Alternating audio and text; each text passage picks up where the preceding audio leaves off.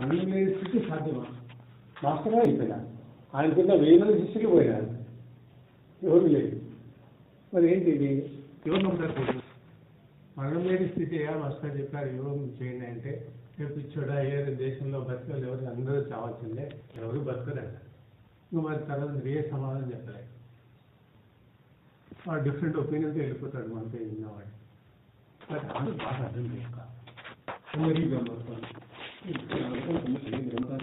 ఎన్నిసార్లు పితాలు స్వాములు బాబా అమ్మలు ఎంతమంది బ్రహ్మత్వం పడుతున్నాయి మనకేనా? ఈ బాగా అనుమానాలు ఉన్నాయి సొసైటీలో ప్రజలకందరికీ. దీనికి సంబంధించిన విషయాలన్నీ రేపు మనం డిస్కస్ చేసుకుంటాం. ఓకే, మూల నాలెడ్జి మూల జ్ఞానము లేకుండా ఏదో ధ్యానం చేస్తున్నాం యోగం చేస్తున్నామని కూర్చొని పోవడం అన్నది వేస్ట్. గుర్తుపెట్టుకోండి, కూర్చుండేది జడస్థితి. ఎన్ని గంటల్లో కూర్చుంటే శరీరాన్ని ఆడంలో పడేయండి, అది జడస్థితి. ఏ క్రియ జరగదు, చైతన్య స్థితి రావాలి. హాఫ్ అన్ అవర్ 1 అవర్ కూర్చున్నామంటే మెడిటేషన్లో చైతన్య స్థితి మీలో జరగాలి. ఆ చైతన్య స్థితి కొరకే యోగులు ధ్యానులు హిమాలయ పర్వతాలు పెడతారు. ఆ చైతన్య స్థితిని మీరు రియలైజ్ కావాలి, దాన్ని కనుక్కోవాలి ఏంటి ఆ చైతన్య స్థితి అని. చూసారా? అది లేకుండా మనం రోజు 9 గంటలు 4 గంటలు కూర్చున్నాను, 5 గంటలు కూర్చున్నాను, 8 గంటలు కూర్చున్నానని కూర్చొని నిద్రపోతూ ఉంటారు. 10 మినిట్స్ చేయండి, 15 మినిట్స్ చేయండి, మీరు ఆ చైతన్య స్థితి కలగాలి. 1 మినిట్ మీకు అనుభవం వచ్చినట్లయితే చాలు. మీకు ముందుగా చెప్పాను, ఆనందం అనే టాపిక్ ఉన్నప్పుడు చెప్పాను. 1 మినిట్ ఆనంద స్థితి మీరు పొందారంటే అదే చైతన్య స్థితి. చైతన్య స్థితి మీలో యాక్టివ్ అయినప్పుడే ఆనంద స్థితి వస్తుంది. 1 మినిట్ పెంచుకుంటూ పోండి. 1 minute, 2 minutes, 3 minutes, 5 minutes, 10 minutes, 1 hour, 2 hour, 3 hours Himalaya యోగులు దినాలు, నెలలు, సంవత్సరాలు కూర్చుంటారు. ఒక్క మార ఆనంద వెరీ లైఫ్ స్టేట్ ఆనంద స్థితి పోయినట్లయితే నేను ఏమీ తెలియదు, ఆనందం అంత బ్రహ్మాండంగా ఉంటుంది. ఆనందం అంటే భగవంతుడని పరమాత్మ ఐక్యమైపోయితా. ఇంకా ఏ ఆలోచన మీకు రాదు, ఏ సమస్యలు గుర్తుండవు. ఆ ఆనంద స్థితి గుర్తున్నప్పుడు సబ్జెక్ట్ 3-4 గంటలు అది మనం డిస్కస్ చేస్తున్నాం. ఆనందం అంటే ఏం చేయాలి కదా, ఆ ఆనంద స్థితి పోవాలి. దాని మూలంగానే ఈ బ్రహ్మతత్వాన్ని పోతాను. కాబట్టి ఇప్పుడున్నట్టు నాలెడ్జ్ ఒక మారు రివ్యూ చేసుకోండి. మీరు ఆత్మజ్ఞానం కానీ మాస్టర్తత్వం కానీ దాని మీద డౌట్లు క్లారిఫై చేసుకుంటుంది. కాబట్టి మీరు 10 మందికి బాగా కన్విన్స్ చేసి చెప్పేట్టు ఉండాలి. నేను సాధన చేసుకున్నాను చాలు, నేను యోగం చేసుకున్నాను, ఈ పిల్లలు తిరగకూడదు, వాళ్ళకి చెప్పకూడదు. చూసారా? అసూయతనం ఉండకూడదు. ధ్యానాన్ని 10 మందికి చెప్పాలా, 10 మంది చేసేది పాటించమని చెప్పాలి, వాళ్ళు కూడా ధ్యానం చేసుకోమని చెప్పాలి. అట్లా లేకుండా నాకే నా సొంత నేను ఒక్కనే చేసుకుంటాను అనుకుంటే మాత్రము మీరు అభివృద్ధి కాలేదు. భగవంతుడి జ్ఞానం బోధించే వాళ్ళు చాలా తక్కువ మంది ఉన్నారు. వీళ్ళపైన ఒకరిద్దరు కూడా ఉండదు. అంటే రామాయణం, పురాణము, ఉపన్యాసాలు, గీతా ప్రవచనాలు ఇవి కాదు. అది భగవంతుడి తత్వానికి సంబంధించిన జ్ఞానం కాదు. రామాయణము, పురాణము, సీత లవకుశ, రామాయణము, భారతము ఇన్నవే అయిన భగవంతుడి జ్ఞానం కాదు. పురాణ చరిత్రలు, పురాణాల్లో ఉండే గాథల్ని చెప్పడం, దాన్ని మంచి ఆదర్శంగా మనం తీసుకోవచ్చు, పాటించేది అవసరమైతే వదిలేసి కాలానుగుణంగా ఈ యుగానికి సరిపెట్టుకే ఉంటాయి పాటించుకోవచ్చు. అంతే, వద్దు చదవద్దు పాటించవద్దు అనేది అనవసరం. మనకు కావాల్సిన భగవద్గీత తత్వం, భగవద్గీత ఎట్లా చేరాలి అంతే. మీరు రామాయణం పురాణం చదువుకో, అటు పడే పక్కన అవి వద్దు, దేవి లేడు, గుడి వద్దు, ఇవన్నీ ఆపుతారు. అవన్నీ సెకండరీ, అవన్నీ 10% లైఫ్లో. మిగతా 90% ఏంటి, మనం ఏం సాధించాలి, అది ఇంపార్టెంట్. ధ్యానం చేసేవాళ్ళు గుడికి పోవద్దు, వెంకటేశ్వర స్వామి దగ్గరికి పోవద్దు, రాముని పూజించే గుడికి పోవద్దు, ఇంట్లో పూజ పురస్కారాల్లో గుడి ఉండకూడదు, ఇవన్నీ కాదు. కానీ మనం వాటిని పెట్టుకొని ఎక్కువ టైం అయితే దానికే డివోట్ చేసుకుంటూ, కార్యక్రమాలు చేసుకుంటూ, టైం స్పెండ్ చేసుకుని వేస్ట్ చేసుకుంటున్నాం. చేయవలసింది అచీవ్ చేయవలసింది చేయలేకపోతున్నాం. అది ఎందుకంటే ఒక మాకు దానిపైన అట్రాక్షన్ పోయిందంటే మొత్తం లైఫ్ అంటే దానికే పోతుంది. మన టైం దానికే స్పెండ్ చేస్తాం. డబ్బులు, శ్రమ, ఇవి అవి దానిపైనే పోతుందన్నమాట. ఇది మర్చిపోతాం. కాబట్టి అవి వద్దని కాదు, లిమిటెడ్ అంతే. ఆచరణ సాంప్రదాయం ప్రకారం మూడు చేస్తూ ఉంటాం. కానీ చేయవలసింది చేయాల్సిందే. అది చేయకుండా అంతా ఇదే అంటే 0 ఏ ఫలితాలు రా. మనం ఒకటే, రోడ్డును పోయేవాడు ఒకటే. మరి మనం బ్రాండ్ వేసుకున్నాం, యోగులము, ధ్యానము, మాస్టర్ యోగులం అని డిఫరెన్స్ వాళ్ళకి మనకి. ఆ డిఫరెన్స్ నీలో ఉండాలి. అందరి వాళ్ళు మనం ఉంటే మన యోగులం కాదు, ధ్యానులం కాదు, జ్ఞానులం కాదు, చిత్తప్రజ్ఞులము కాదు, ప్రాజ్ఞులము కాదు. ఏంటి మరి పేరు బ్రాండ్ వేసుకుని పెట్టుకుందామండి, స్టిక్కర్ వేసుకొని మేము సాధన చేస్తున్నాం, యోగం చేస్తున్నాం కాదు. కాబట్టి డివేస్ట్ అయ్యి పక్కకు రావాలి. యోగులు, ధ్యానులు, జ్ఞానులు, చిత్తప్రజ్ఞులు అంటారు వీళ్ళందరూ పక్కన ఉంటారు, సొసైటీకి దూరంగా ఉంటారు. సొసైటీలో భాగమే, కానీ వాళ్ళ లైఫ్ స్టైల్ వేరు. వాళ్ళకి ఏం కావాలి, సాధించవలసింది భగవతత్వాన్ని ఎట్లా సాధించాలి అంతే. గుడిది, దేవుడిది, వాడిది, ఈడద్ది, అది ఎన్ని తప్పుడు ప్రచారాలు. ఉన్నవాడు ఉంటాడు గుళ్ళో, పిల్ల మనకేం పని, నువ్వు ఏం సాధించాలి, అది సాధించాలి. ఇప్పుడు భృగు మహర్షి ఉన్నాడు. భృగు మహర్షి కలియుగంలో ఉంది, నాకు తెలుసా మీకు? భృగు మహర్షి ఎన్నికల స్వామి పద్మావతి కళ్యాణం జరిపాడు.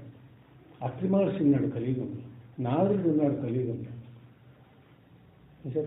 భృగు మహర్షి ఎవరిని చేయాలి, విష్ణువుని పోయి తన్నాడు కాంతో. నువ్వు విష్ణు అయితే నాకేమయ్యా, నీ లక్షణాలు చూపించాడు. అందుకే దత్తాత్రేయుడు పెట్టించింది అత్రి మహర్షి. ఇందరికి లక్షణాలు, గుణాలు ఉన్నాయి దేవతలకు, మీకు కావాల్సింది గుణరహితమైనటువంటి, గుణాతీతమైనటువంటి వ్యక్తి మాకు కావాలి అని అత్రి మహర్షి పెట్టిన వాళ్ళు ఎవరు? దత్తాత్రేయుడు. ఆయన అవధూత. ఇంకెవరి సృష్టిలో అవధూత లేదు, అవధూత ఒక్కడే. అవధూతను దత్తాత్రేయ. ఆరాధించుకోవచ్చు, పూజించుకోవచ్చు, ఆడిపోవచ్చు. ఇక్కడ మహారాష్ట్రలో ఎక్కడో ఉంది అనేది గాంధీగాపురం, గాంధీగా పోవచ్చు, మంచిదే, పెద్ద విషయం. గుణాలు గినాలు ఏమి ఉండవు. మిగతా అందరూ దేవతలందరూ గుణాలు, లక్షణాలు, విశేషాలు ఉన్నవాళ్ళు. ఇదంతా భోగలాలసలు అన్నమాట. కాబట్టి భౌతిక ప్రపంచం వేరు, ఆధ్యాత్మిక ప్రపంచం వేరు. మనం ఆధ్యాత్మిక ప్రపంచంలో ఉన్నాం కాబట్టి భగవంతుడు పొందడానికి ప్రయత్నం చేయాలి. మిగతా 90% సంసారులు, కర్మజీవులు చూసారా, వాళ్ళకి మనకు అనవసరం. మనం కూడా దానికి చెందిన వాళ్ళని, ఆ కోనకు చెందిన వాళ్ళని అయినా రోజు పక్కకు వచ్చాం. వాళ్ళతో పాటు పక్క వచ్చి భౌతిక ప్రపంచంలో ఉంటూ మళ్ళీ ఆధ్యాత్మిక ప్రపంచంలో ప్రవేశించి భగవంతుని పొందాలని ప్రయత్నం చేస్తున్నాం. కాబట్టి మనకి కష్టమైంది టిపికల్ లైఫ్ అన్నమాట. అసలు సంఘంలో ఉంటాం, సంసారంలో ఉంటాం, మళ్ళీ ఆధ్యాత్మికంలో ఉంటాం. మిగతా కొద్దిమంది టోటల్లీ భౌతికంలో ఉండిపోతారు. వాళ్ళకంతా వేరు వదిలేసేయాలి. మన పరిస్థితి కష్టమైన పరిస్థితి. అట్లా అలా ఇట్లుండి అలా ఏది పాటించాలి, ఇది పాటించాలా, అది పాటించాలా. అందుకే మనకు జ్ఞానం అవసరము. జ్ఞానం ద్వారా పోతే అన్నీ సర్దిపోతాయి. కాబట్టి ఆధ్యాత్మిక రంగంలో ఇప్పుడు ఉండేటువంటి కార్యకలాపాలన్నీ భౌతికానికి, కార్యకలాపాలకు సంబంధించినవి. ఆర్థిక కార్యకలాపాలు అన్నట్లు ఇది దైవ కార్యక్రమాలే, దైవ సాధనలు కాదు. మనకు కావాల్సిన దైవ సాధనలు. దైవ సాధనలు యోగులు, తపస్వీలు, జ్ఞానులు ఇసలు వాళ్ళు చేస్తారు. మనం ఆ కోవకు చెందిన వాళ్ళం. కాబట్టి మన లైఫ్ స్టైల్, రిషి కల్చర్, మన సాంప్రదాయాలు, జ్ఞానము వేరుగా ఉండాలి. అట్లా ఉండి నడుచుకుంటుంటే మనం సొసైటీ ఆదర్శంగా ఉంటాం. నీ దగ్గరికి వస్తారు. వాళ్ళతో పాటు నువ్వు నడుచుకుంటే వాళ్ళకి మనకి ఏం డిఫరెన్స్ ఇద్దరు ఉంటాయి. నువ్వు ఆదర్శం కనబడాలి సొసైటీలో. నీ లైఫ్ స్టైల్ వేరుగా ఉండాలి. 10 మంది నేను గుర్తించాలి ఫలాని వాడి అని. అప్పుడు కొంత సపరేట్గా వచ్చి నువ్వు ఈ జ్ఞానాన్ని సంపాదించుకోవాలి. ఈ జ్ఞానం సులభంగా దొరకదు. నేను ఎన్నో గంటలు ఉపన్యాసం ఇచ్చాను ఇంతవరకు. మళ్ళీ రేపు కొద్దిగా టీవీఎస్నే కొత్త సబ్జెక్ట్ పెడతా. ఎందుకంటే మీరు ఆ లెవెల్కి వచ్చారు కాబట్టి మీరు దాన్ని ఇప్పుడు అండర్స్టాండ్ చేసుకోగలుగుతారు కాబట్టి చెప్పదలుచుకున్నాను. ఓకే, కాబట్టి ఆ డౌట్ క్లారిఫై చేసుకోండి. పోయే ముందు ఇది ఉన్నంత వరకు కూర్చొని ధ్యానం చేయడం గొప్పది కాదు. మీరు ఇంట్లో చేసుకుంటున్నారు, ఇక్కడ కూడా చేసుకుంటారు.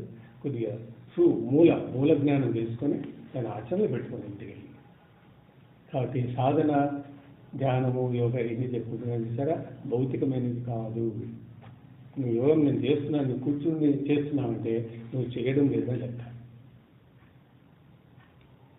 నీలో చైతన్య స్థితి పనిచేయడం లేదు, స్థూలంలో ఉన్నావు నీకు అంతే.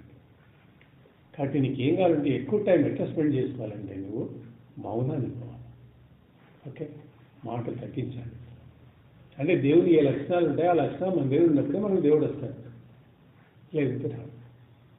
అందులో మౌనం ఒకటి, శాంతం ఒకటి. తర్వాత మనం మైండ్ పనిచేయాలి. ఊరిగా భౌతికంగా కూర్చొని వెళ్ళిపోవడం కాదు. కూర్చున్నామంటే lot of work is to be turned out in our body. గంట కూర్చొని 2 గంటలు కూర్చొని 15 minutes కూర్చొని లోపల పని చేయాలి. మేం పని చేస్తున్నాం కూర్చొని నిలబడుకొని ఫిజికల్గా ఎన్నెన్నో పనులు చేసుకుంటాం. రోజు బాగానే ఉంది. ధ్యానంలో 1 hour కూర్చున్నా 1 hour కూర్చున్నా ఏం పని చేశాం?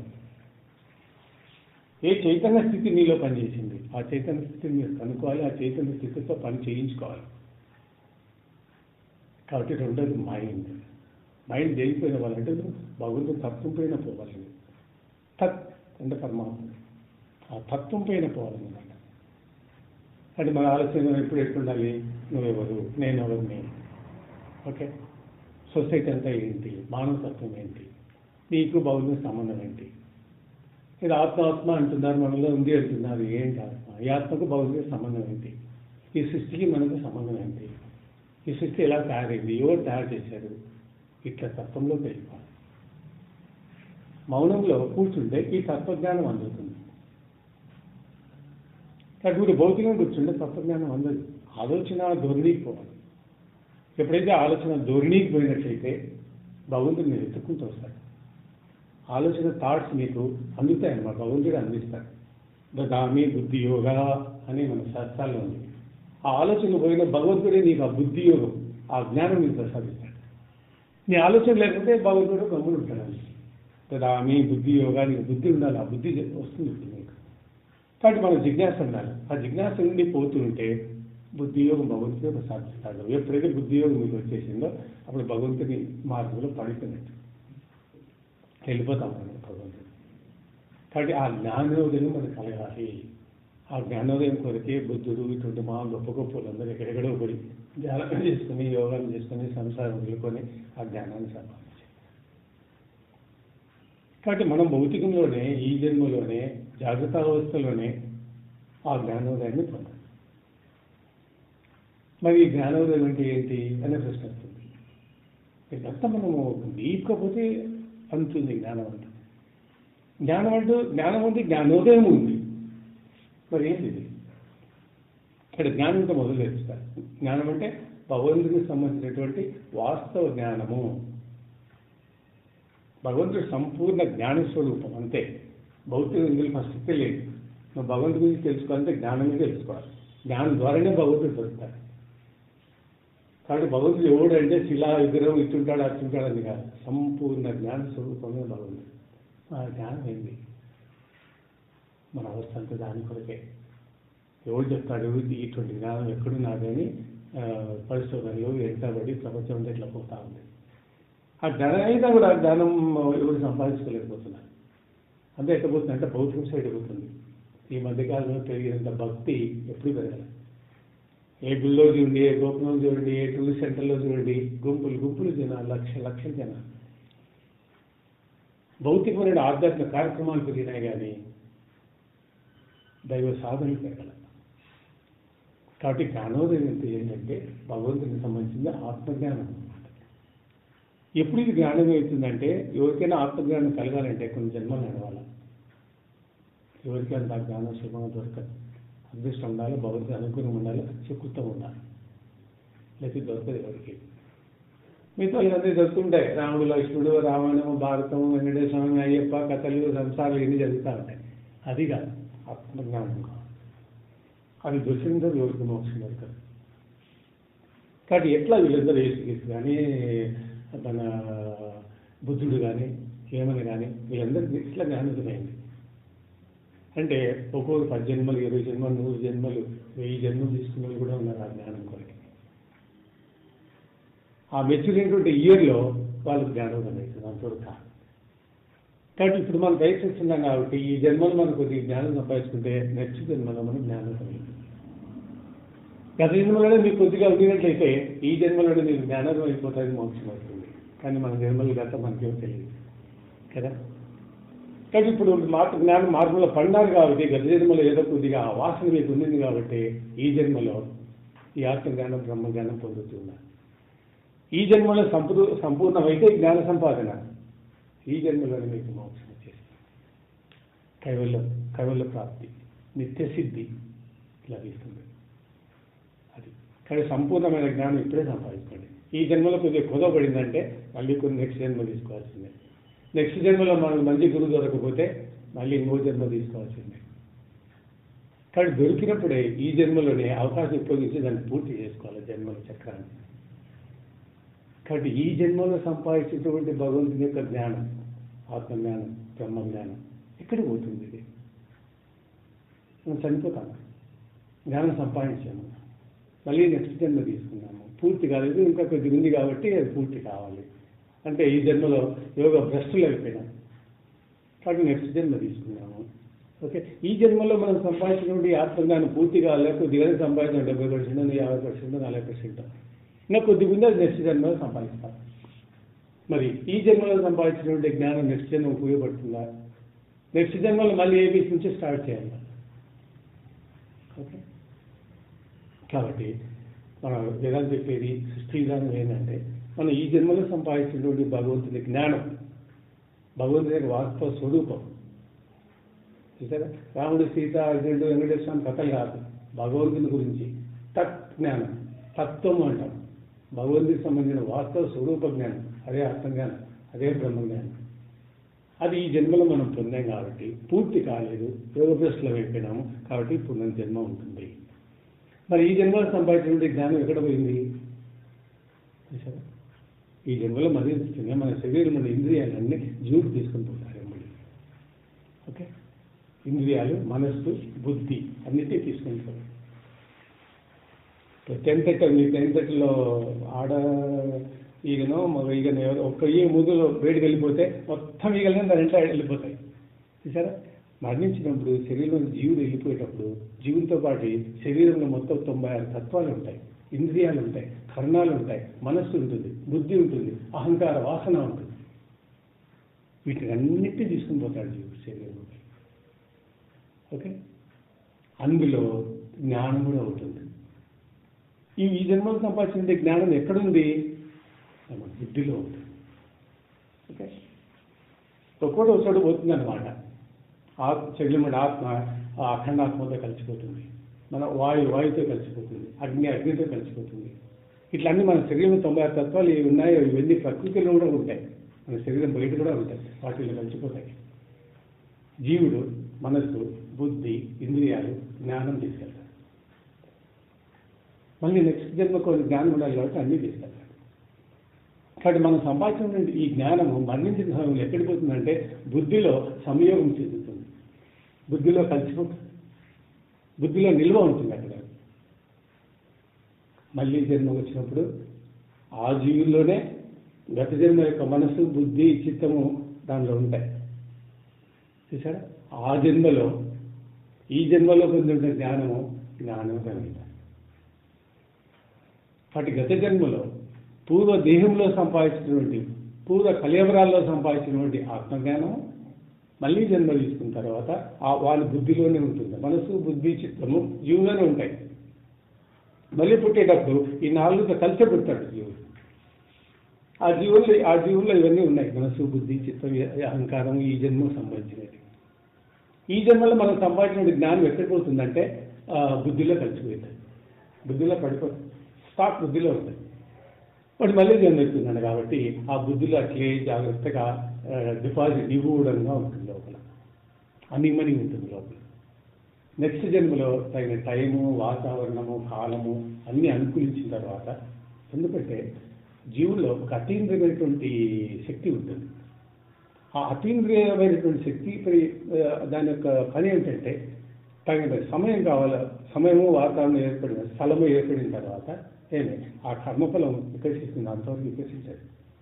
కర్మ అట్లే డిపాజిట్ అయ్యి లోపల అనిమని ఉంటుంది. కాబట్టి నెక్స్ట్ జన్మలో వాళ్ళు స్థలము, కాలము, వాతావరణము అన్నీ ఏర్పడిన తర్వాత ఆ అతీంద్రమైన శక్తి నుంచి ఈ జన్మలో సంపాదించినటువంటి ఈ జ్ఞానము బుద్ధిలో ఉంది కాబట్టి అది వికసిస్తుంది. అదే బుద్ధి అయినటువంటి జ్ఞానం.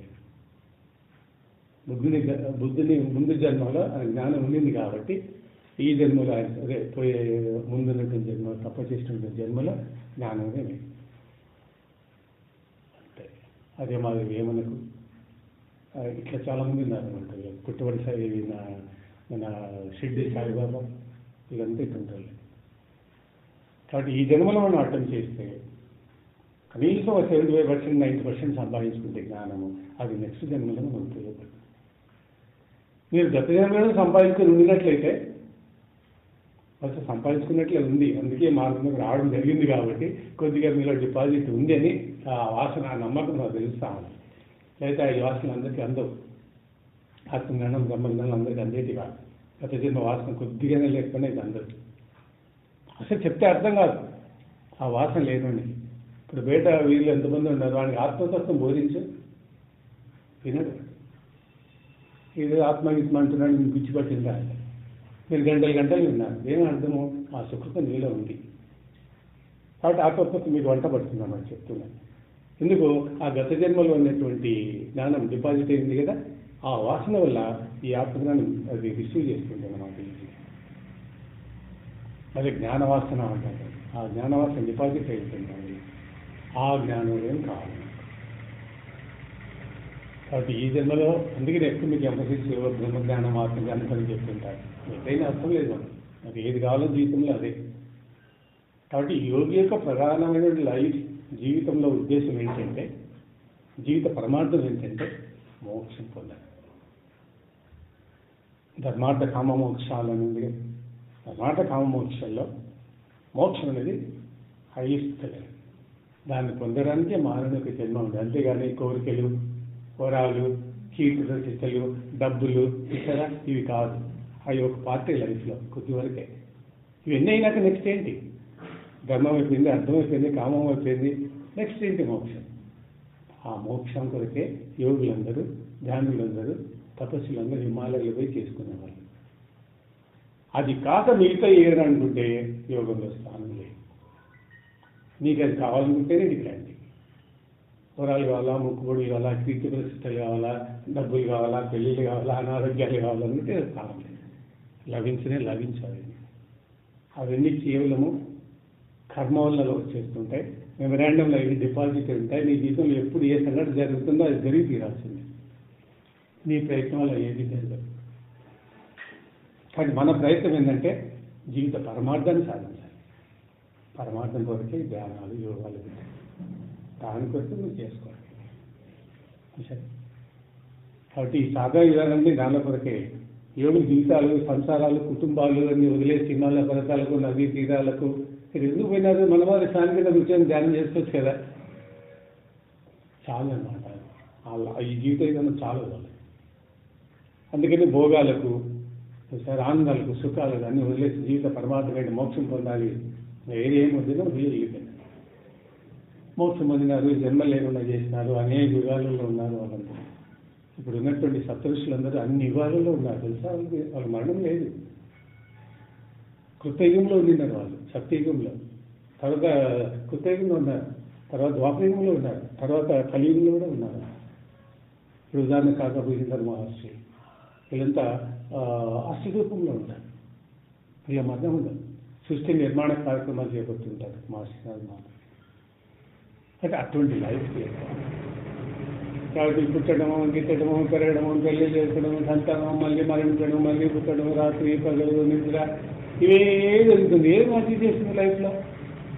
ఏం ఉండదు. ఇక్కడ ఎన్నో జన్మలు అయిపోయింది.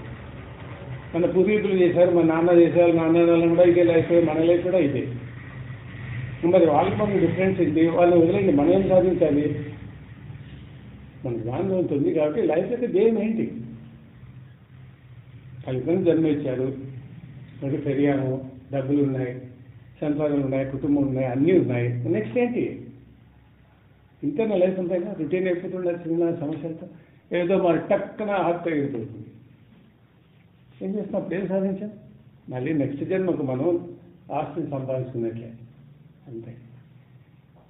కాబట్టి సాధించవలసింది మెటీరియలిస్ట్ లైఫ్లో, భౌతికంలో అదే సాధించడం అయిపోయింది. ఏది వచ్చినా ఏది ఒక లెవెల్కి వచ్చేసాము. కనుక ఇప్పుడున్న ఆ స్థితికి పోవాలి. ఈ జ్ఞానం లేక తెలియక ఎంగేజ్లో కానీ, బాల్యంలో కానీ ఈ జ్ఞానాలు, ఈ వ్యవస్థలు తెలియకుండా అన్ని ఏమో చేసుకుంటూ వచ్చాం. దాంతో బట్టి అత్తే తిరుగుతూ ఉంటాం అంతే. సైకిలే. కానీ దాని పక్కకు వచ్చి ఏంటి జీవిత ప్రమాదం ఏంటి, ఏం సాధించాలా? డబ్బు సంపాదించాము, బిల్డింగ్ కట్టాము, పిల్లలు కన్నాము, వాళ్ళకు పెళ్లి చేసాము, వాళ్ళకు మళ్ళీ పిల్లలు, మనలు ఇంతకాలం మనం అన్ని చూస్తాం. ఇంకేంటి నెక్స్ట్? ఆ క్వశ్చన్ వేస్తారు. కాబట్టి జీవిత ప్రమాదం ఏంటి అంటే మోక్షము అంతే. అంటే మళ్ళీ జన్మ లేకుండా చేసుకోవడం, పునర్జన్మ లేకుండా చేసుకోవడము, భగవంతుని ఐక్యం కావడము. దాని కొరకు ఇప్పుడు ఈ జన్మలోనే మీరు పునః చేసుకోవాలి. ఈ జన్మలోనే మార్గం, ఒక రోడ్డు మనం తయారు చేసుకోవాలి. కాబట్టి మోక్షం ఎవడో వచ్చి ఓడి నీకు ఎవరు ప్రత్యక్షం కాదు, ఎవరు నీకు మోక్షం, ఏ గుడి కానీ, ఏ స్వామి కానీ, అమ్మ కానీ, బాబా కానీ ఇవ్వరు నీకు. నీ మోక్షాన్ని నువ్వే సంపాదించుకోవాల్సింది. తల్లిదండ్రులు కూడా ఇవ్వరు, గురువు కూడా ఇవ్వరు, గుడి కూడా ఇవ్వరు. నీ బండి నువ్వు తోలుకోవాల్సిందే. నీవే నీ బండికి సారథి, నీ ఎవరు ఉండడు. కాబట్టి అన్ని శాస్త్రాలు కూడా ఉండే అది. మిగతా వాళ్ళ గ్రంథాలు, పుస్తకాలు, గురువులు, పెద్దలు, జ్ఞానులు, స్థితప్రజ్ఞులు, ప్రాజ్ఞులు వీళ్ళందరూ మార్గం చూపిస్తారు, రహస్యాలు చెప్తారు. ఇవి దేవరహస్యాలు. దానికి క్లూస్, యుక్తి ఉపాయాలను చూపిస్తాను. దాన్ని పట్టుకొని పోవాలి. అందుకే మంచి వ్యక్తిని, గురువుని ఎన్నుకోమని చెప్పి. ఎందుకంటే శాస్త్రాల గ్రంథాలు ఏమేమి రహస్యాలు ఉన్నాయో మనకు తెలియదు. అన్నీ ఉన్నాయి, అన్ని రహస్యాలు ఉన్నాయి. కానీ ప్రచారంలోకి రావడం కానీ, ఉపన్యాసం 10 మందికి చెప్పడం కానీ చేయడం, అక్కడ ఇప్పుడు మనకు లోపం ఉంది. హిందూ మతంలో ఆధ్యాత్మిక రంగంలో ఎందుకు మంచి ముందుకు పోలేకపోతున్నా అంటే ఆ రహస్యాలు బయట రావడం లేదు. కాబట్టి వాటిని డైరెక్ట్గా సూక్ష్మంగా చెప్పేవాళ్ళు లేకపోతుంది. అంటే ఆ గ్రంథ పఠనము, పరిశోధనలు, ఇవి చదువుకోవడము, దానిలో భావాలు తీయడము మనకి లైఫ్ టైం చాలు. 1000 సంవత్సరాలు పడుతుంది మొత్తం గ్రంథాలను చదివి దాని నుండి సారం తీసుకోవాలంటే 1000 సంవత్సరాలు పడుతుంది. పుస్తకం ఎక్కడ అసలు 100 జన్మలు పడుతుందంట. మనకుంటే 2 గ్రంథాలు, మొత్తం 12,009 గ్రంథాలు ఉన్నాయి. వేదాల నుంచి లాస్ట్ ఏంది ద్వాపరయుగంలో గీత వరకు 12,009 గ్రంథాలు ఉన్నాయి. ఎవరు చదువుతారు? సంస్కృతం అందులో అంత టైం ఉందా? 1-2 పుస్తకాలు చదవలేము లైఫ్లో. కాబట్టి దాన్ని పరిశోధన చేసి, చదివి, అనుభూతి పొంది, ఆ సూక్ష్మ జ్ఞానం అంతా కలెక్ట్ చేసి, ఎక్స్ట్రాక్ట్ చేసి రసాన్ని పెట్టుకుంటారు. వాళ్ళు డైరెక్ట్గా మీకు చెప్తారు. మనం తినే పనే అంతే. మీ శ్రమంతా ఓన్లీ 20%. మిగతా నేరుగా మీకు తినిపించేస్తారు. అందుకే మొదటి మీకు చెప్పేది, మంచి గురి దగ్గర పోయిన అనవసరంగా పోయి లైఫ్ టైం వేస్ట్ చేసుకోకండి. ఆల్రెడీ మార్గంలో పడి కొద్దిగా ఫలితంలో దాని యొక్క రహస్యాలు తెలిసి ఉన్నాయి కాబట్టి మీకు సూక్ష్మంలో దాన్ని సంపాదించుకుని జీవిత పరమార్థం ఏదో దాన్ని సాధించండి. ఎప్పుడు అటాచ్మెంటు, పిల్లలు, గొడవలు, సంసారము, డబ్బులు, మళ్ళీ వాళ్ళ భవిష్యత్తు లక్షలు కోట్లు కూడబెట్టి టక్నాలు ఇప్పుడు మారంటాం. ఆ డబ్బులు ఎట్లున్నాయో తెలియదు. లాకలు ఉంటాయి, గుంతలు ఉంటాయి, గోడలు ఉంటాయి. వాడు పోయినప్పుడు చెప్పి కూడా పోదు. ఆ చట్టంలో ఎంతోమంది చూస్తున్నాం మనం సొసైటీలో ఈరోజు. కోటి కోళ్ళు గుంతలో తిరిగి పెట్టినా టక్నం చనిపోతాడు, అది ఎవరికి చెప్పడు, అంతే. అట్లుంటే సంపాదనకు డబ్బులు తిరగాలి, ఎంతవరకు అంతే. జీవించనే కాదు, జీవించినంత పెట్టుకో. పిల్లలు కావాలి, ఓకే, వాళ్ళు కూడా ఖుషి, వాళ్ళు కూడా బాధ్యతాయుతంగా తయారు చేయాలి. మొత్తం వాళ్ళ జీవితాలుగా సరిపోయిందంటే మనం ఇప్పుడే సంపాదించి పెట్టామనుకోండి, వాళ్ళు చెడిపోతారు. ఆ విధంగా మనం కొద్దిగా మారాలి. ఇంతవరకు ఎట్లన్నా సరే ఇప్పటి నుంచైనా కనీసం ఆ మార్పు వస్తే చాలు. ఈ జ్ఞానోదయం అని చెప్పాను కదా, ఆ జ్ఞానోదయం కలిగిందంటే మీరు ఆటోమేటిక్ మార్పు వచ్చేస్తుంది. దాన్ని తెచ్చుకోండి. ఈ రోజుల్లో ప్రపంచం అంతా తీసుకోండి, ఈ దేశంలో ఎక్కడైనా చూసుకోండి, ఇదే ఆర్గ్యుమెంట్ నడుస్తుంది. పెద్ద పెద్ద ఇండస్ట్రియలిస్టు, కోటీశ్వరులు, మిలియనీర్లు, అమెరికా, లండన్, ఈ దేశాలు, జర్మనీలు అయితే వాళ్ళు సంపాదించిన millions of crores of rupees అన్ని దానం చేసేస్తున్నారు. ఏం చేస్తుంటారు డబ్బులతో అనే కాడికి వచ్చిన కోట్లు. ఇప్పుడు ఎవరు? బిల్ గేట్ కోట్లు మిలియన్స్ ఉన్నాయని ఏం చేస్తుంటారు ఆయన? మొత్తం ఇప్పుడు చారిటబుల్ ట్రస్ట్కి ఇచ్చి పారేశారు. కోట్లు పోలియో నిర్మూలన, క్యాన్సర్ నిర్మూలన, ఇట్లా హాస్పిటల్స్ కట్టి ప్రజాసేవ చేస్తున్నారు. మరి అంత సంపాదించినంత చదువుకున్నాడు, కోట్ల మంది ఆయన దగ్గర పనిచేస్తున్నారు ప్రపంచం అంతా. సాధారణమైన జీవితం గడుపుతున్నాడు. అట్లుంటుంది. They are looking at India. Peace ఎక్కడ ఉంది?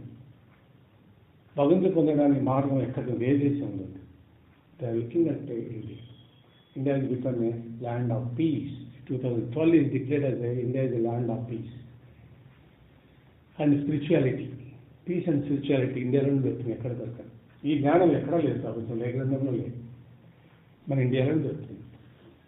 కాబట్టి దాని లుకింగ్ ఇండియా అదే అన్నమాట.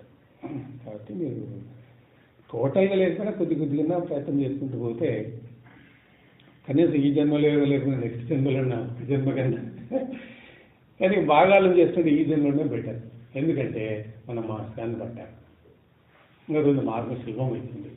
మాస్టర్ లేకపోయినా ఆత్మజ్ఞానంతో బ్రహ్మజ్ఞానంతో మనం సొంతంగానే చేసుకోవచ్చు. ఈయన ఉన్నాడు కాబట్టి ఈయన రహస్యాలు, ఈయన చెప్పిన బోధనలు, ఈయన బయట పెట్టిన రహస్యాలు తీసుకొని ఇంకొంత ఫాస్ట్గా ముందుకు షార్ట్ పీరియడ్లో ఎక్కువ డెవలప్మెంట్ కావచ్చు. కాబట్టి ఈయన లేకపోయినా మోక్షం వస్తుంది మనకు, అంతే కదా. పూర్వకాల నుంచి ఎన్నో యుగాల నుంచి మోక్షం అనేది ఉంది, కానీ అది కొద్దిగా కష్టమైనటువంటి పని. సాధన, జ్ఞానము, టైం డివోషన్, చెప్పేవాడు, మార్గము ఇన్ని ఉండాలి. ఈ కాలంలో ఇవన్నీ చెప్పేవాడు లేడు, కార్యక్రమాలు లేవు కదా. ఆయన జ్ఞానం మనకు ఉపయోగపడుతుంది. ఈ మోక్షపైన పూర్వకాలంలో ఉన్నటువంటి గ్రంథాలు మనకు ఉపయోగపడతాయి. ఈరోజు క్విక్గా మనము ఈ జన్మలోనే ముందుకు వెళ్ళిపోవచ్చు. ఇక్కడ కాన్సెప్ట్ ఏమంటే ఈ జన్మలోనే, నెంబర్ 1. నెంబర్ 2, జాగృతావస్థలోనే మన కాన్సెప్ట్ అది. జాగ్రత్తావస్థలు మనం జాగ్రత్త ఉన్నప్పుడే ఆ మోక్షం అనేది పొందాలి, అనుభూతి పొందాలి. మనకు మోక్షం వచ్చిందో లేదో చనిపోయినారో తెలియదు. ఎవరు మోక్షానికి పోయినారు, ఎవరు నరకానికి పోయినారు, ఎవరు స్వర్గానికి పోయినారు, ఒట్టి మాట్లాడి. కానీ జాగ్రత్తావస్థ ఎప్పుడు ఉంటుంది మనకు? ఈ జన్మలోనే అని అర్థం. చైతన్య స్థితిలో ఉన్నప్పుడే దాన్ని అనుభూతి పొందు, మోక్షం అంటే ఏంటో అదే కాన్సెప్ట్. ఎందుకంటే చనిపోయినంత మనకు తెలియదు, స్వర్గమా నరకమా మోక్షం మనకి ఏం తెలియదు. కాబట్టి ఇట్లా మార్గం ఏంటి అని చెప్తున్నాడు. ఇదో ఈ విధంగా మీరు ఈ జన్మలోనే కాన్షియస్లోనే జాగ్రత్తావస్థలోనే ఆ మోక్షాన్ని అనుభూతి పొందండి. ఆ మోక్ష రూపమైనటువంటి ఆనందము నీ శరీరంలోనే ఉంది. I am always in you, I am always with you. Sir నేను నీలోనే ఉన్నాను, నీతోనే ఉంటాను అన్నాడు. అదే ఆత్మ, అదే బ్రహ్మసత్యం.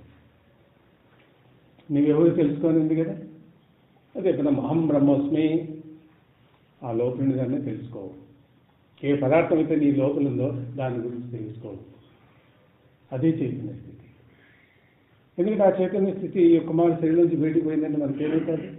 ఈ శరీరం పీనిక శరీరం అయిపోతుంది, అంతే కదా. అదే చైతన్యం, అదే తేజస్సు, అదే చేతనా స్థితి. ఆ తేజస్సు, ఆ చేతనా స్థితి నీకు ఎలా వస్తుంది శరీరం అంటే ఆత్మ ద్వారా వస్తుంది. ఒక్కవారు ఆత్మ బయటికి వెళ్ళిపోయిందంటే ఇది తోలుతిత్తి అన్నమాట. ఇది అమ్మ తయారు చేశాడు దేవుడు. 6 చక్రాలతో కూడినటువంటి తైతక్కలాడే బొమ్మ, తోలు బొమ్మ అనమాట, కీర బొమ్మ ఆడిస్తుంటాడు, అంతే, ఏమీ లేదు ఇంట్లో. కాబట్టి ఈ చర్మం లోపల ఉండేటువంటి తత్వం ఏంటి? ఆత్మసాక్షాత్కారం చదువుకోండి, బాగా మీకు మంచి జ్ఞానం వస్తుంది. నాకు 30 ఏళ్ళ పట్టింది ఆ కాన్సెప్ట్ అర్థం కావడానికి. ఆత్మతత్వం బ్రహ్మత్వం తెలిసి నాకు 30 ఏళ్ళు పట్టింది. ఎవరు చెప్పేవాళ్ళు ఏం చేయాలి మనం?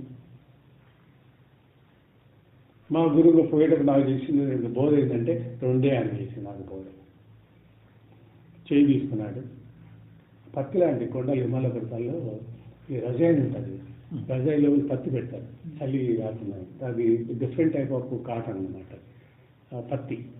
అది ఇక్కడ దొరుకుతుంది హిమాలయ పర్వతాలు. ఆ పత్తిని తీసుకొని మనం దీపాన్ని కనిపిస్తాం కదా, ఒత్తి, లావు ఒత్తి ఏమంటారు, లావుగా ఉండి పైకి ఉంటుంది ఒత్తి, గుడ్డు, అట్లా ఒత్తి ఒకటి చేత అట్లా తయారు చేసి ఆడబెట్టాడు. అంతే, ఇంకేం చెప్పలేదు. వెళ్ళిపోవాలి. గురువు ఎవరైనా చెప్పాలి కదా, చెప్పడానికి ఇన్ని విషయాలు చెప్పాలంటే అంత టైం వాళ్ళు వేస్ట్ చేసుకోవాలి. నువ్వే తెలుసుకో అంటే ఈ జ్యోతి వెలిగించుకోవాలి. ఆ జ్యోతి ఎక్కడుంది? నీలోనే ఉంది. ఆ పిచ్చి మాట చెప్పినాడు, దాని కొరకు లైఫ్ టైం వేస్ట్ చేసుకున్నాడు. ఏం చేసి అని చెప్పేవాడు కూడా లేడు. ఎవరు తెలియదు, ఎవరు చెప్తాడు, ఎవరు చెప్పడు.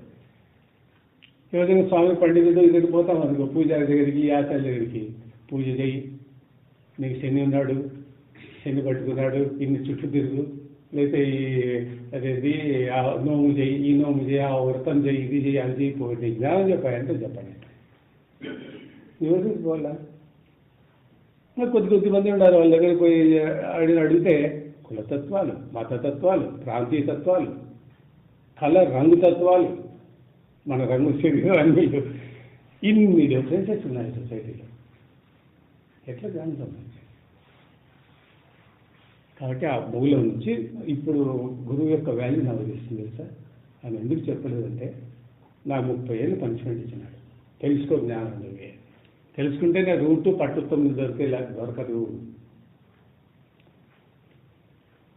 అది కాబట్టి ఈ తోలు 6 చక్రాల రథం ఏదైతే ఉందో చక్కలాడే శరీరం లోపల ఉండేటువంటి ఆట బొమ్మ ఏదో ఆ చిలుకను పట్టుకోవాలి. ఆ చిలుకను పట్టుకుంటే అన్నీ తెలిసిపోతాయి.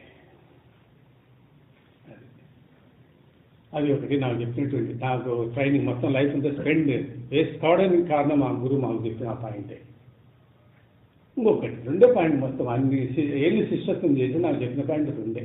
బోధలు ఏమీ చేయాలి, అన్ని ఏళ్ళు ఉంటాయి. మీకు ఇన్ని గంటలు ఇన్ని ఏళ్ళని చెప్తున్నా. ఓకే, ఇంకోటి ఏంటి, సరే నేను చిన్నతనం కాబట్టి ఓ నిక్కరు షర్ట్ వేసుకొని పోయినా. ఆ షర్ట్ పోయింది కదా, చివరి మిగిలింది నిక్కరే. బట్టలు లేకుండా పోయి స్నానం చేయాలి, శుద్ధపడ్డ అంతకంటే ఏం లేదు. ఆయన గంగేశ్లో దిగినాడు, నేను గంగేశ్లో దిగాను, స్నానం చేస్తాను. ఆయన చేసేసి నేను ముందు చేశాను, ఆయన కూడా స్నానం చేసి వచ్చేసాడు. మళ్ళీ పొమ్మన్నాను నీళ్ళలోకి, మళ్ళీ పోయినాను, మళ్ళీ వచ్చాను, రివర్స్ అయింది. ఓకే, ఆయన ముందు వచ్చాను, నేను వెనకాల వచ్చాను. అది ఏం ట్రిక్ అర్థం కాదు. వస్తే గట్టు మీదకి వస్తే నాకు ఎక్కర్లేదు, అది పోయింది. ఎట్లా పోయింది మరి? గాలి లేవు, నీళ్ళు లేవు, దొంగ లేరు, మనుషులు లేరు, పక్షులు లేరు, ఎటు పోయింది? ఓకే, 7 మొదలైంది. ఎందుకంటే మనం సివిలైజేషన్ పోయిన వాళ్ళం కదా, వాళ్ళకంటే దిగమని పోతే అట్లే ఉండిపోతారు. మనం ఇక్కడి నుంచి పోయినారు కాబట్టి ఆ ప్రపంచం ఈ ప్రపంచం రెండు తెలుసు కాబట్టి మనం సిగ్గు లజ్జ అని బట్టలు లేవు పైన అని ఫీల్ అవుతాం. 7 మొదలైంది, ప్రీతమైన ఎక్కిపోయింది. నేను తట్టుకోలేక పరిగెత్తుకుని రన్నింగ్ చేస్తాను అన్నమాట. నది గడ్డినంత 1 కిలోమీటర్ 2 కిలోమీటర్లు పైన నడుచుకుంటూ పరిగెత్తుకుంటూ కింద కూడా వేసుకుంటూ దోప రాళ్ళు రక్తం వచ్చి అని చూస్తే వెనకలే ఉన్నాడు. నేనేం పోతాను, ఇంకా అయిపోయి నేను అంత కొండలలో నేను కిలో 1.5 కిలోమీటర్ పోయి ఆడిపోయి చూస్తే తక్కువ ఆనే కనపడ్డాడు. పోయిన ఎక్కడ చూస్తున్నా ఆయన ఆడే ఉన్నాడు. 1.5 కిలోమీటర్ 2 కిలోమీటర్ పోయిన తర్వాత తక్కువ మళ్ళీ ఆడుతున్నాను.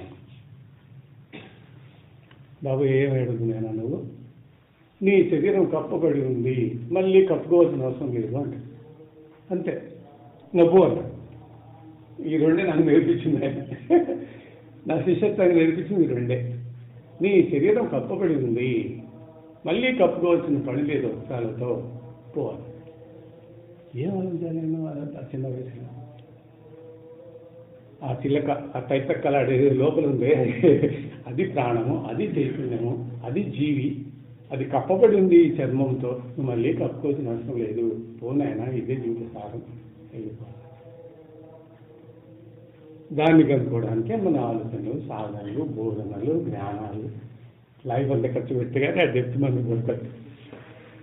అట్లా థింకింగ్ పని పెట్టారు, పెట్టి ఆలోచన చేసి అన్వేషించబడి దానిపైన ఆ మొత్తం మూలం దొరికింది. నాకు పట్టుతుంది, ఎవడైనా మనం చెప్పాలి.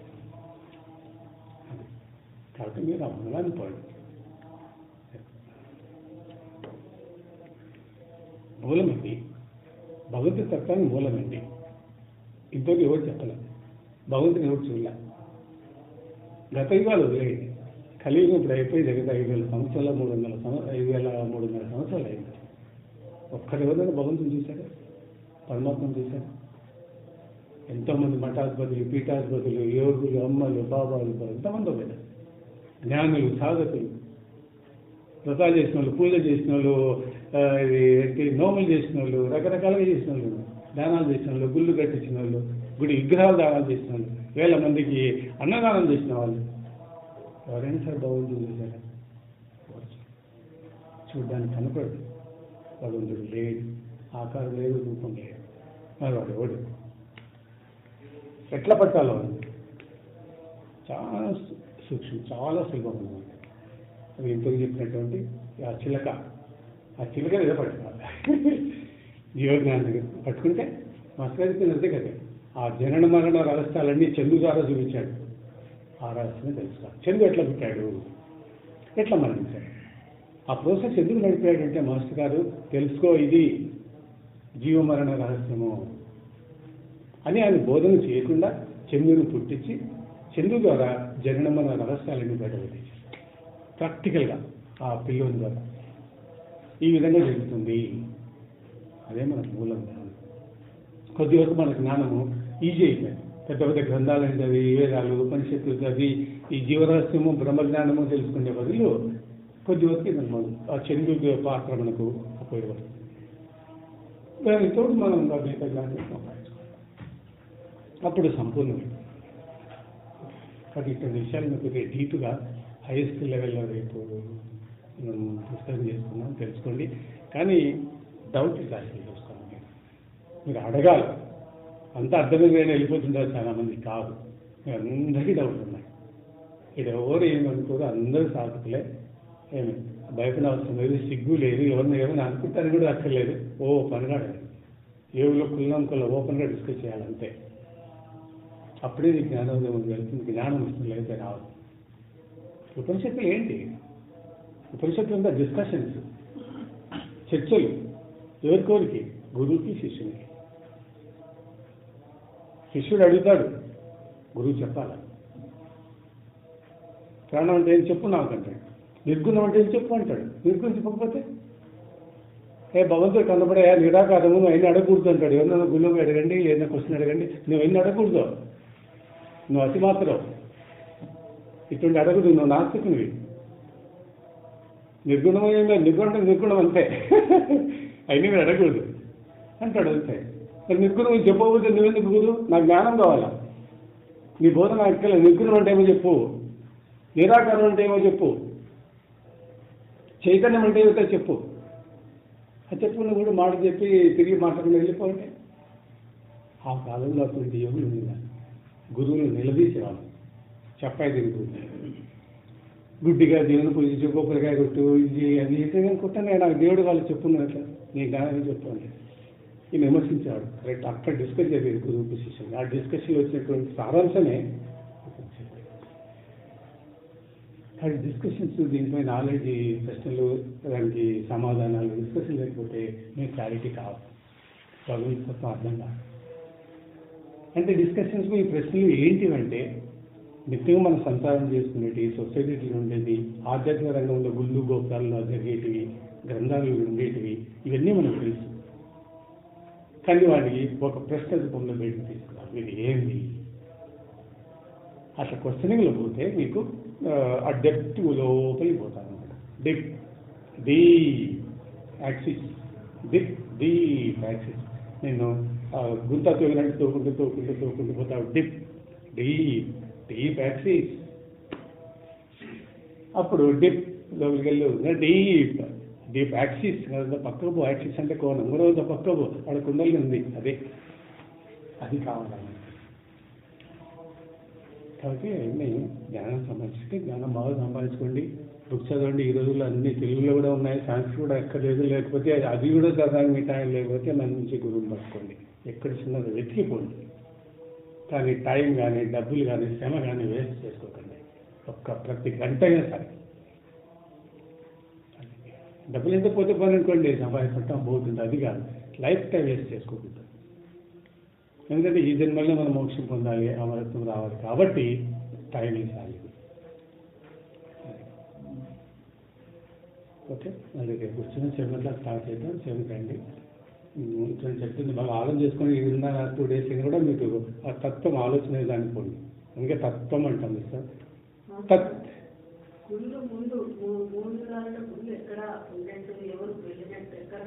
అవునండి, లేదండి. అంతే అండి. కలి ప్రభావం కదా. కలి ఏం చేస్తుందంటే మనిషి తప్పుదారి పట్టిస్తుంటారు. భగవంతుడి దగ్గరికి పోనీయండి. భగవంతుడి దగ్గరికి పోతే ప్రజలు కలి యొక్క పాత్ర, ఆయన యొక్క ప్రాధాన్యత ఉండదు కదా. ఆయన ఏంటి, నన్ను గుర్తించాలి, నేనే దేవుడు అనేటువంటి వరాన్ని తీసుకొని రూల్ చేస్తున్నాడు సృష్టిని. కలి గురించి మీకు తెలుసు కదా. ద్వాపరం అయ్యేటప్పుడు కొంతమంది ఋషులు నిన్నారు. అందులో ఒక ఋషి కృష్ణుని అడిగాడు, ఇంకా యుగం అయిపోతుంది కదా, ద్వాపరయుగం కలియుగం వస్తూ ఉంది, నాకు వరం ఏమి అంటాను. ఏం కాదు, కలియుగం అయిపోతే నేనే రూల్ చేయాలి మొత్తం ఈ సృష్టిని అంతా, పవర్ ఇచ్చినాక రూల్స్ చేసుకొని పరిపాలన చేసుకోకుండా ఇది కలియుగ రూలింగ్. కాబట్టి మనం చేసే కార్యక్రమాలు, ఆధ్యాత్మిక కార్యక్రమాలు, దాని యొక్క ఫలితాలు అన్నీ కలిగిపోతాయి. కొన్ని కొత్తగా కొట్టుకోండి, దాని ఫలితం కలిగే దేవుని పో. నువ్వు వ్రతం చేయి, నోము చేయి, ఇంకోటి ఏదైనా చేయి, దాని ఫలితం కలిగే దేవుని పో. చేసి వేస్ట్ కలిగి నువ్వు అటువంటి చేసే వాళ్ళని ఇంకా ఎంకరేజ్ చేస్తాడు. చేయండి దాని ఫలితాలు నాకే వచ్చేది, కొబ్బరికాయలని నాకే, నైవేద్యాలని నాకే చేయండి అంటుంటాడు. తప్పితే అది యుగ ప్రభావం, మాయా ప్రభావం మనకి. అది ప్రజలు తెలియక ఆ మార్గంలో పోతారు. అందువల్ల ఏ గుళ్ళు కూడా విగ్రహాలు, గుళ్ళు గొప్పలు ఏమి, ఏ ఋషి ఏ దేవుని పూజించాడు? ఎక్కడ లేదు. శివుడు, విష్ణువు వీళ్ళంతా ప్రత్యక్షమైన వాళ్ళు ధ్యానం చేసుకున్నారు, కానీ ఎట్లా చేసుకున్నారు? ఎక్కడ చేసుకున్నారు? అంటే ఆత్మలోనే విగ్రహం లేదు, పట్టం లేదు, చిత్రం లేదు, ప్రతిమలు లేదు. ఈ యొక్క కలి ప్రభావము కలియుగం. ఎందుకంటే ఇది కలియుగం. కాబట్టి కలి ప్రభావం మన పై నుంచి తప్పిపోవాలంటే మనకు రెండే మార్గాలు. ఒకటి ఆత్మ సాధన, బ్రహ్మ గురించి ప్రార్థన చేసుకోవడం, రెండోది తల్లి పూజ. ఈ రెండింటికి కలి రాదు. కాబట్టి మీతో ఏమీ చేయకుండా ఈ రెండు పాటిస్తే సార్ మీకు అన్ని ఫలితాలు వస్తాయి. కాబట్టి ఈ ఇద్దరికి కలి ప్రభావం ఉండదు, కలి రాదు. మరి మీతో మీరు ఏమన్నా చేసుకోండి, ఒక పెద్ద మార్బల్ స్టోన్తో గుడి కట్టండి, ఒక విగ్రహం పెట్టండి, గోల్డెన్ టెంపుల్ కట్టండి, ఏంటంటే ప్రజలు తెలియక పోతుంటారు, మనం చెప్పలేము, వాళ్ళు వినరు. కాబట్టి మార్గం దారి వాళ్ళంటే. కాబట్టి తెలుసుకొని ధ్యానం యొక్క ముఖ్య ఉద్దేశం ఏంటంటే ఈ యొక్క సత్యమైన జ్ఞానం లేదో తెలుసుకొని ఫలితాన్ని అందుకోవాలి. కరెక్ట్ మీరు చెప్పింది. ఇదంతా కలియుగంలో కూడా కాదు, అంటే ఇదంతా ట్రెండ్ స్టార్ట్ అయ్యే 100 years అయింది అంతే. ఒక 100 సంవత్సరాలే గుళ్ళు, గోపురాలు, కార్యక్రమాలు, ఆధ్యాత్మిక కార్యక్రమాలు, ఉపన్యాసాలు, ప్రవచనాలు, మిడిమిడి జ్ఞానము, ఊకదంపుడు ఉపన్యాసాలు, అలంకరణలు, శోభలు, జనసేకరణలు, జనాకర్షణలు, దానాలు, ఇవన్నీ 100 years అయ్యాయి. అంతకుముందు లేదు. ఇవన్నీ కలియుగంలో కూడా 5,000 సంవత్సరాలు దాటిపోయింది కదా, 5,300 సంవత్సరాలు అయిపోయింది దగ్గర దగ్గర. అప్పుడే లేవు ఇవన్నీ. అందుకనే ప్రజల్లో ఉండేటువంటి ఈ అజ్ఞానం పోవాలనే పోతులు పుట్టింది కారణం. అది ప్రజల అజ్ఞానం పోగొట్టాలనే ఉద్దేశంతో పుట్టి ఊరు అంతా తిరిగి ప్రచారం చేసుకుంటూ పోయాడు. ఆయన చరిత్ర, ఆయన బోధనలు, ఆయన అంతా చూడండి ఎంత ఆత్మతత్వం పని చేస్తారు. ఏ చక్రాలు, జీవుడు చూసారా ఎట్లా నడుస్తుంది, ఆ తర్వాత ఆత్మబోధ, ఆత్మ యొక్క ఆరాధన, ఇవేం చెప్తున్నారు. ఎవరు చెప్పినా అందరూ అవి చెప్తున్నారు, కానీ పాటించేవాళ్ళు లేదు. అది వచ్చింది. ఇది ప్రచారం చేసే జ్ఞానాన్ని ప్రజలకు అందించడం లేదు. ఎందుకు? కొన్ని వర్గాలు సొసైటీలో వచ్చాయి. ఆ వర్గం నుండి, వర్ణం అనండి, ఏదో కొన్ని గుంపులు వచ్చాయి. ఈ గుంపులు వచ్చి ఏం చేశారు? ఈ జ్ఞానం చెప్పుకుంటే వాళ్ళ యొక్క ప్రాధాన్యత తగ్గిపోతుంది సంఘంలో. కాబట్టి ఈ జ్ఞానం వాళ్ళ చేతిలో పెట్టుకుంటేనే నేను ఇమ్మేటట్టు వాళ్ళంతా వాళ్ళు లేకపోతూ ఉంటారు. ఇది ఓపెన్ చేసి అందరికి ఇచ్చామనుకోండి, నా దగ్గర ఎవరు. కాబట్టి నాయుడు అందరూ రావాలంటే ఆ విద్యను దాని దగ్గరే పెట్టుకుంటాడు. అట్లా వర్గాలు, కొన్ని గ్రూపులు, కొన్ని వర్ణాలు వచ్చాయి. వాళ్ళు పనిచేస్తారు. కానీ వాళ్ళకైనా తెలుసు మాస్టర్ కదా, దగ్గర తెలుసు. వాళ్ళ కుటుంబంలో వాళ్ళ భార్య, బిడ్డలు, వాళ్ళ వర్గంలో ఉన్న వాళ్ళు చెప్పుకుంటారు. ఇది ఇట్లా పాటించాలి, ఇది అలా ఇది చేయాలి, బయటలో చెప్తారు. ఉదాహరణ చెప్తాను రండి. ఇంట్లో మరణిస్తారు ఏదైనా వ్యక్తి, మరణిస్తే కర్మకాండ చేస్తారు కదా. కర్మకాండ మనం ఏం చేస్తాం? శ్మశానం రోజుస్తాం, ఇక్కడ స్నానం చేస్తాం, నెక్స్ట్ డే క్లోజ్. బాగున్నాడంటే 3వ వాడు చేస్తారు, లేదా 11వ రోజు చేస్తారు, అంతేనా? అంతే. మళ్ళీ ఎవరు పట్టించుకోరు. 11 రోజులు చేస్తారు. ఎవ్రీ డే 11 రోజులు చేస్తారు. కర్మకాండ ఎట్లా చేయాలా, ఎందుకు చేయాలా, పిండం ఎందుకు పెట్టాలా అన్నది మన గరుడు పురాణంలో ఉంది. విష్ణువు చెప్తాడు గరుడికి, ఏంటి ఈ పిండం అన్నది. జీవి 11 రోజులు ప్రయాణం చేస్తాడట. మరణించిన తర్వాత అంటే ఫస్ట్ డే ఒక పిండం, సెకండ్ డే 2 పిండాలు, 3వ రోజు 3 పిండాలు, ఇట్లా 11 పిండాలు పెడతాడు. అంటే జీవుడు ఆ పిండాలు తింటూ ఉంటాడు అన్నమాట 11 రోజులు. అని శాస్త్రం, అదే గర్భంలో అదే బిలీఫ్. ఇటువంటి వాళ్ళు ఎన్నో చేస్తారు. అందుకే నేను కులం పేరు చెప్పలేదు. ఇట్లా ఎన్నో ఆచారాలు ఉన్నాయి, వాళ్ళకి తెలుసారండి. ఇప్పుడు సత్యాన్ని అవుతాం అనుకోండి, వాళ్ళు గ్రాండ్గా బ్రహ్మాండంగా చేసుకుంటారు, 4 రోజులు 5 రోజులు. మన ఇంట్లో సత్యాన్ని అవుతాము చేయమని చెప్పండి, 3 గంటలు కంప్లీట్ చేస్తారు. కానీ నీకు తక్కువ వల్ల గంటలో చేస్తూ ఉంటారు. మా టైం చేస్తాను త్వరగా అయిపోవాలి, వాడు అమెరికా పోవాలంటే అర్ధగంటలు అయిపోయింది. ఇప్పుడు అది కూడా మంత్రాలు చదివి మొత్తం పోస్ట్ నడపడం లేదు, క్యాసెట్ రెడీగా ఉన్నాయి సత్యాన్ని అవుతానికి.